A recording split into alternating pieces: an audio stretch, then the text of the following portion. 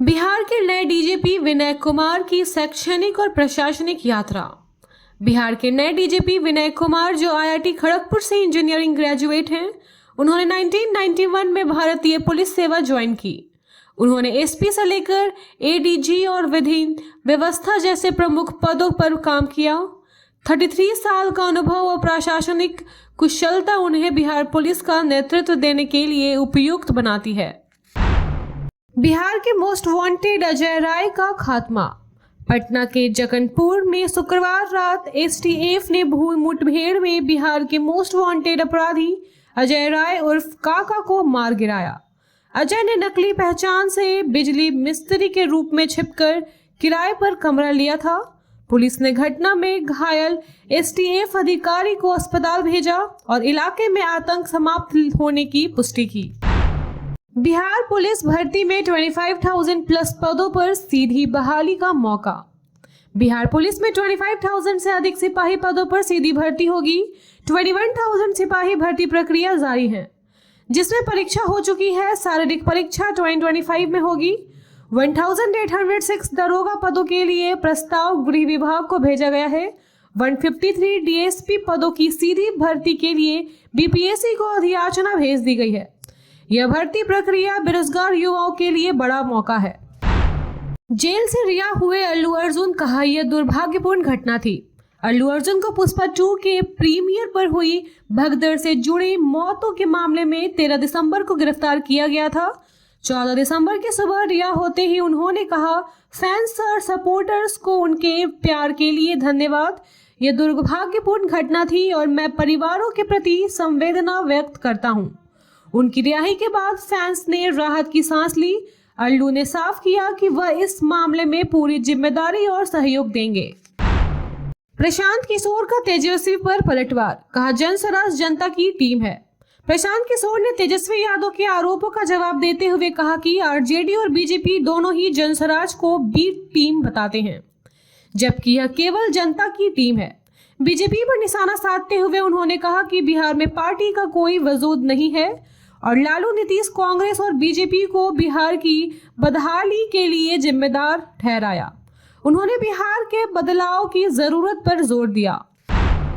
Bihar Sharif railway station का विकास होगा Amrit Bharat station योजना के तहत। नालंदा जिले के बिहार शरीफ रेलवे स्टेशन को अमृत भारत स्टेशन योजना के तहत आधुनिक सुविधाओं से लैस किया जा रहा है। Parking, escalator, lift, foot overbridge और बेहतर शौचालय जैसे सुविधाएं का निर्माण जारी है। योजना के तहत स्वच्छता, मुफ्त वाईफाई और दिव्यांगजनों के लिए सुविधाएं भी प्रदान की जाएंगी। इस परियोजना का लक्ष्य जून 2025 तक पूरा करना है और इसके लिए 6 करोड़ रुपए का बजट स्वीकृत किया गया है। राजद ने वन नेशन वन इलेक्शन पर किया विरोध। केंद्र की वन नेशन वन इलेक्शन पहल के खिलाफ राजद ने पटना की सड़कों पर पोस्टर वार शुरू किया। राजद ने केंद्र सरकार से सवाल किया कि one nation one education, one nation one treatment और वन नेशन वन रोजगार जैसे योजनाओं पर ध्यान क्यों नहीं दिया जा रहा। इस मुद्दे पर बिहार में सियासी हलचल तेज हो गई है। बिहार के राजगीर खेल एकेडमी में शुरू होगा प्रशिक्षण, कोच को मिलेगी नई सुविधा। राजगीर खेल एकेडमी में इस महीने के अंत में एथलेटिक्स, कुश्ती और भारोत्तोलन जैसे खेलों का प्रशिक्षण शुरू होगा। पटना के पाटलिपुत्र स्पोर्ट्स कॉम्प्लेक्स का खेलो इंडिया एक्सलेंस सेंटर 20 दिसंबर तक राजगीर स्थानांतरित किया जाएगा। कोचों को क्वार्टर की सुविधा दी जाएगी और प्रत्येक खेल के लिए 2 कोच नियुक्त किए जाएंगे। पटना में बीपीएससी पेपर लीक को लेकर हंगामा, डीएम पर आरोप। पटना में बीपीएससी पेपर लीक के आरोप पर छात्रों ने हंगामा किया।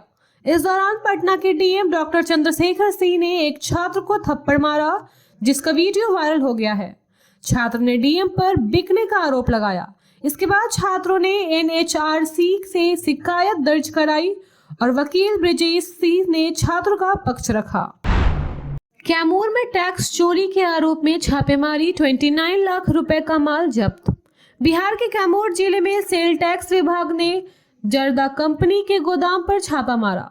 छापेमारी में 31 लाख रुपए के स्टॉक के बजाय केवल 2 लाख रुपए का माल मिला, जबकि बाकी 29 लाख रुपए का माल बिना टैक्स के बेचा गया था। विभाग ने सभी सामान जब्त कर लिया और इसे टैक्स चोरी के खिलाफ चेतावनी के रूप में देखा। भागलपुर में अवैध हथियारों के खिलाफ सख्त कार्रवाई। भागलपुर रेंज के डीआईजी विवेक कुमार ने अवैध हथियारों के खिलाफ सख्त कार्रवाई की योजना बनाई है। उन्होंने एसपी को 24 घंटे के भीतर अवैध हथियारों की जांच करने और सार्जेंट मेजर से जांच कराने का निर्देश दिया है।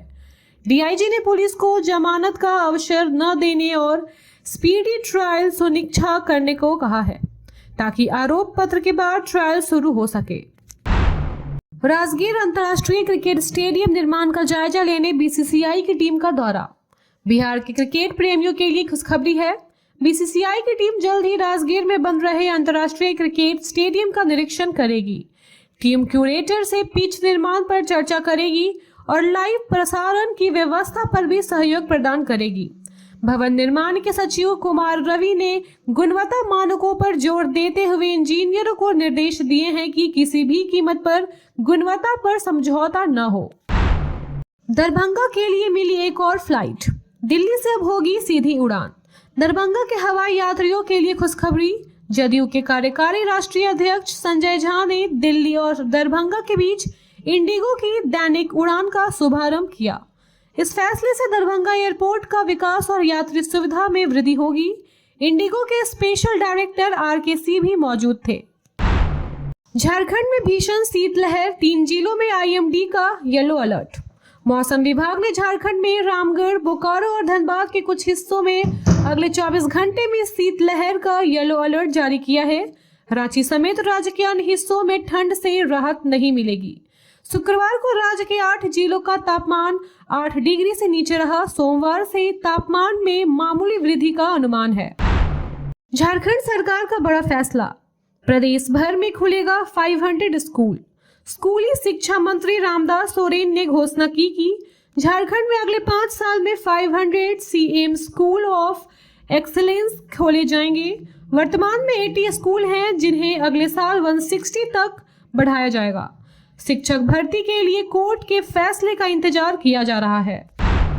15 दिन में बन जाएगा जाति और निवास प्रमाण पत्र। झारखंड सरकार का फैसला।